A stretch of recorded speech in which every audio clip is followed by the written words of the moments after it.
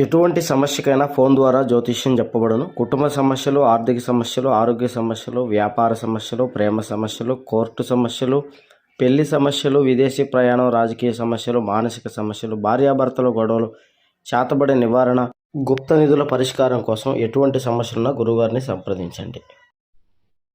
తులరాశి వారి జాతకులు మరో 4 రోజులు చాలా జాగ్రత్తగా ఉండాలి. ఈ రాశి జాతకులు ఏం జరగబోతుందో తెలిస్తే మీరే నమ్మలేరు. ఎందుకు జాగ్రత్తగా ఉండాలి, ఏం జరగబోతుందో ఈ వీడియోలో తెలుసుకుందాము. వీడియోని ఎక్కడా స్కిప్ చేయొద్దండి. వీడియోని పూర్తిగా చూడండి. అప్పుడే మేము ఏం చెప్పబోతున్నామో మీకు అర్థమవుతుంది. వీడియో నచ్చితే లైక్ చేయండి. మీ లైక్ మాకెంతో సపోర్ట్ అండ్ ఎంకరేజ్మెంట్ గా ఉంటుంది. ఇక ఆలస్యం చేయకుండా వీడియోలోకి వచ్చేద్దాం. ఈ రాశి జాతకులు ఏదైనా సాధించాలనే తపనతో ఉంటారు, కష్టపడతారు. కానీ కష్టం ఒక్కటే ప్రతిఫలితాన్ని తెప్పించేది కదండి. అదృష్టము ఉండాలి, భగవంతుని అనుగ్రహము ఉండాలి. ఏదైనా విజయాన్ని సాధించాలి అనుకుంటే తప్పకుండా దైవారాధనతో పాటుగా మిమ్మల్ని మీరు నమ్ముకోవడం మొదలు పెట్టండి.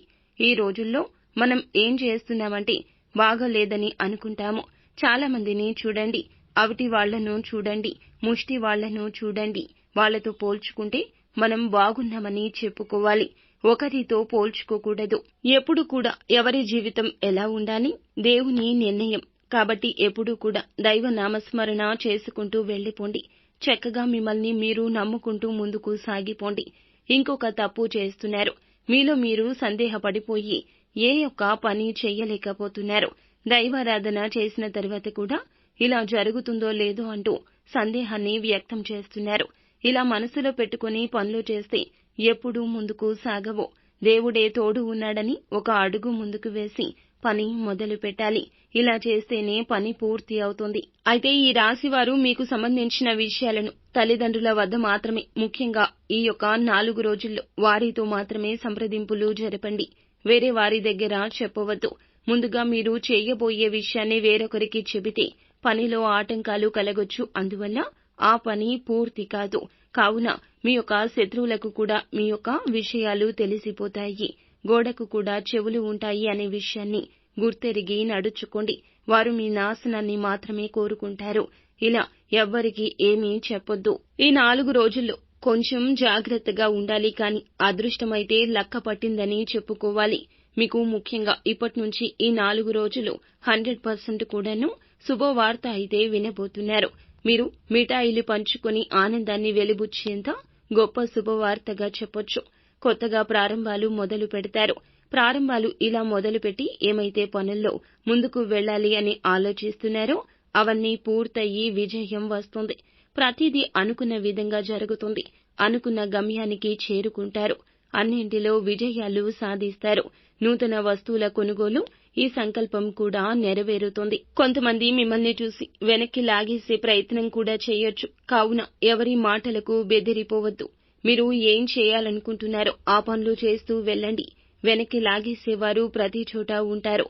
దైవాన్ని ఆరాధిస్తూ దైవం మీద నమ్మకం పెట్టుకుని ముందుకు వెళ్తే అప్పుడే విజయం సొంతమవుతోంది. ఇంటి విషయంలో కానీ, వ్యాపారం విషయంలో కానీ, నూతన వస్తువుల విషయంలో కానీ మీకు ఈ 4 రోజుల్లో ఎవ్వరి విషయంలో కూడా ఏ ఆలోచన కూడా పరిగణలోకి తీసుకోవద్దు.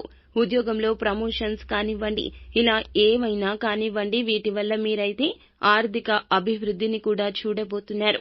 ఏ దిక్కు నుంచి అయినా శుభవార్త వినే అవకాశం కనిపిస్తుంది. అయితే ఒక పరిష్కారం చేసుకోవాలి. ప్రతి సోమవారం నాడు శివాలయానికి వెళ్లి అభిషేకం చేయించుకోండి. అలాగే గుమ్మానికి గుమ్మడికాయ కట్టుకోండి. దిష్టి దోషాలు పోతాయి. అనుకున్న వాటిలో విజయం వస్తుంది. 2 వ్యక్తులైతే మీకు ఈ సమయంలో మీ ముందుకు వస్తున్నారు. భయపడాల్సిన అవసరం లేదు. ఎవరైతే మిమ్మల్ని ఇప్పటి వరకు అవహేళన చేస్తూ పతనాన్ని కోరుకోవాలని చూశారో స్వయంగా వచ్చి మీ దగ్గర చేతులు జోడిస్తారు. ఇక్కడ మీరు జాగ్రత్త పడండి. జాలిగుణం కలిగిన మీరు 2 మనుషుల నుంచి దూరంగా వెళ్ళండి. వారి లైఫ్ నుంచి మీరు పక్కకు వచ్చేయండి. ఎంత క్షమాపణ అడిగినా, చేతులు జోడించినా వారి మాటలు అస్సలు నమ్మొద్దు. ఎటువంటి హెల్ప్ చేయొద్దు. వారు ఎవరు అంటే గనక నమ్మించి మోసం చేసి తిరిగి మీ జీవితంలోకి వచ్చిన వారు. ముఖ్యంగా ఈ 4 రోజుల్లో ఇలా జరుగుతుంది. కావున వారి విషయంలో అప్రమత్తంగా ఉండండి. సో ఫ్రెండ్స్, చూసారుగా, ఈ వీడియో మీకు నచ్చితే తప్పకుండా లైక్ చేయండి. మరిన్ని వీడియోస్ కోసం మా ఛానల్ ని సబ్స్క్రైబ్ చేసుకుని ఫాలో అవ్వండి. Thank you.